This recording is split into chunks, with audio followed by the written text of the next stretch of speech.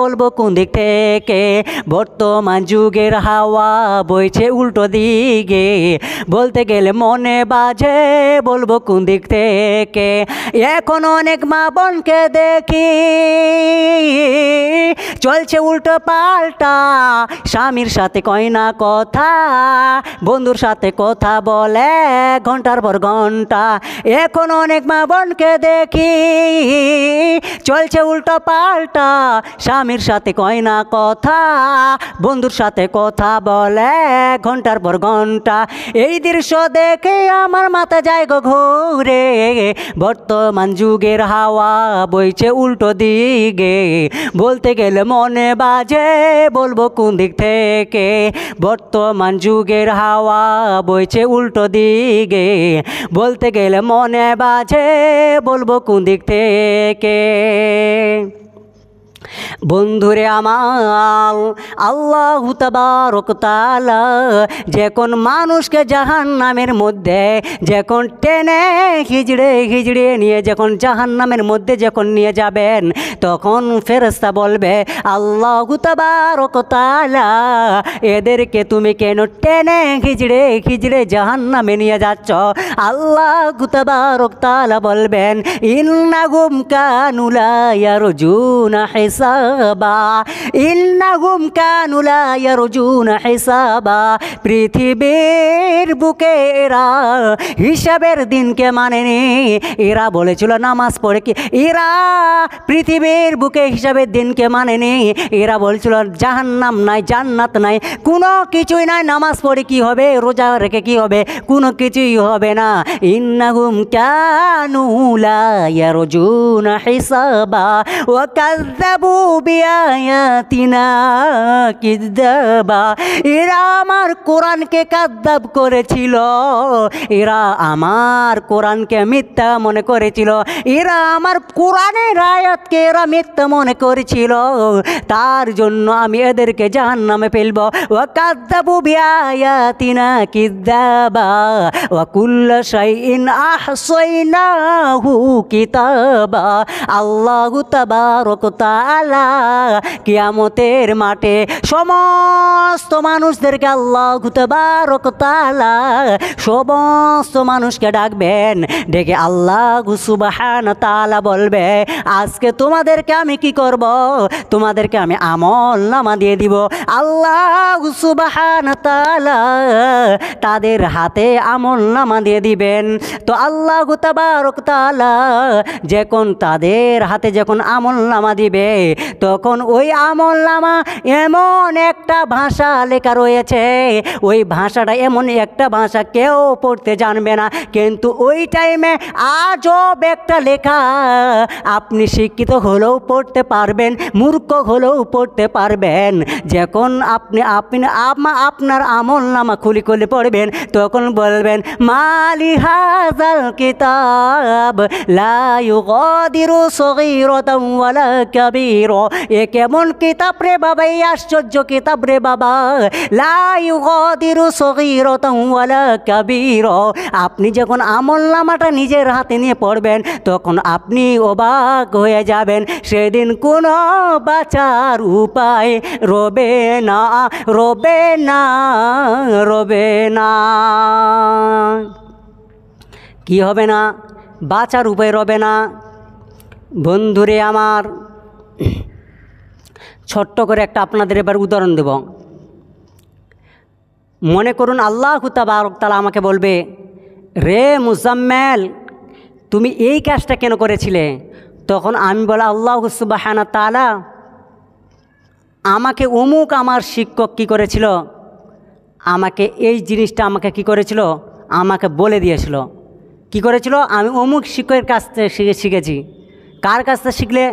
তখন আমি আমার প্রিয় কিছু শিক্ষকের নাম বলবো। কি বলবো? প্রিয় শিক্ষকের নাম বলবো। তখন বলবো আমি আমার কলেজের টুকরো ফায়েক সাহেবের কাছ থেকে শুনেছি, এবং আমার সাজিদ সাহেবের কাছ থেকে শুনেছি, সুফিয়ানের কাছ থেকে শুনেছি, আহমদুল্লাহর কাছ থেকে শুনেছি। এইভাবে আমি বলবো মুস্তাক এবং হামিদুর, এইভাবে মানুষের নাম বলবো। মাজার সাহেবের কাছ থেকে শুনেছি, কালামের সাহেবের কাছ থেকে শুনেছি, পাঁচকুড়ো মাদ্রাসা থেকে শুনেছি, এইভাবে আমি বলবো। তখন এইভাবে আমি যখন বলবো, ও আমাকে বলেছে, তখন আল্লাহু তাবারক তাআলা বলবে, আল্লাহু সুবহানাহু ওয়া তাআলা বলবে যে তোমাকে কে বলল? তখন ও বলবে আল্লাহ তাআলা আমাকে অমুক বলেছে। এইভাবে করতে করতে করতে করতে তখন লাস্ট পর্যায়ে তখন চলে যাবে আজাজিল শয়তানের কাছে। আজাজিল শয়তানের কাছে যখন চলে যাবে, তখন আল্লাহু তাবারক তাআলা বলবে, রে আজাজিল, তুমি আমার বান্দাকে কেন তুমি এরকম করেছ? তখন আজাজিল শয়তান বলবে, আল্লাহু সুবহানাহু তাআলা, আমার কাজে হলো মানুষকে ফাঁসানো, মানুষকে ধ্বংস করানো, আল্লাহ তোমার পথ থেকে সরিয়ে দেওয়া।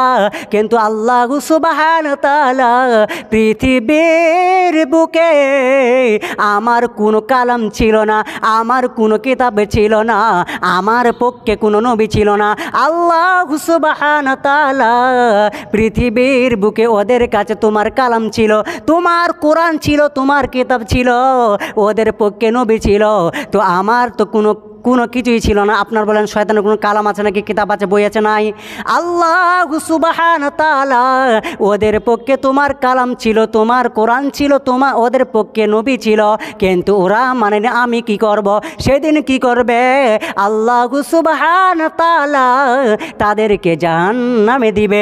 সেদিন মানুষের কোনো বাঁচার উপায় রবে না, রবে না। মানুষের কি হবে না? বাঁচার উপায় রবে না। ছোট্ট করে একটু হালকা করে বলে দেই, এতক্ষণে আপনাদের সম্মুখে কি বললাম? সেদিন মানুষের কোনো বাঁচার উপায় রবে না।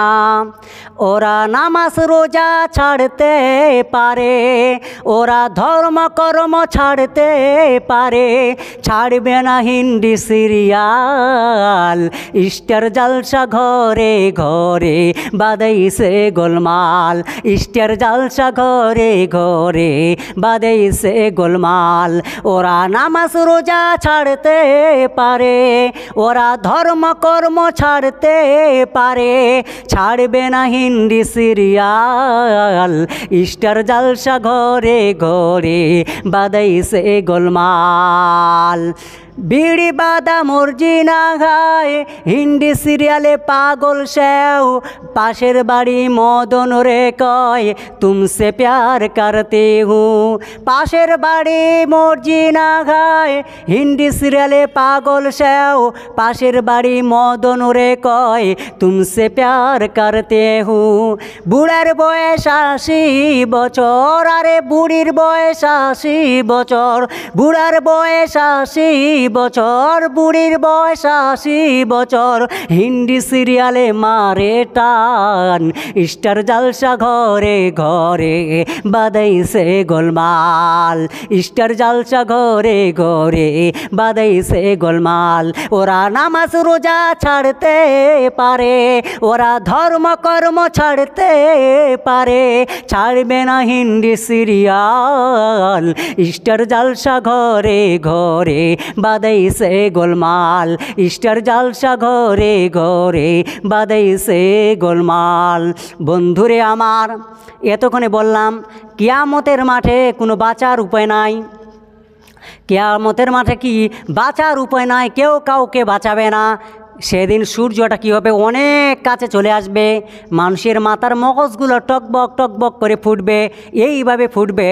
তো আল্লাহর নবী সাল্লাল্লাহু আলাইহি সাল্লাম বলছেন যে মাত্র একটা বাঁচার উপায়, মাত্র একটা বাঁচার উপায়। সেটা কি?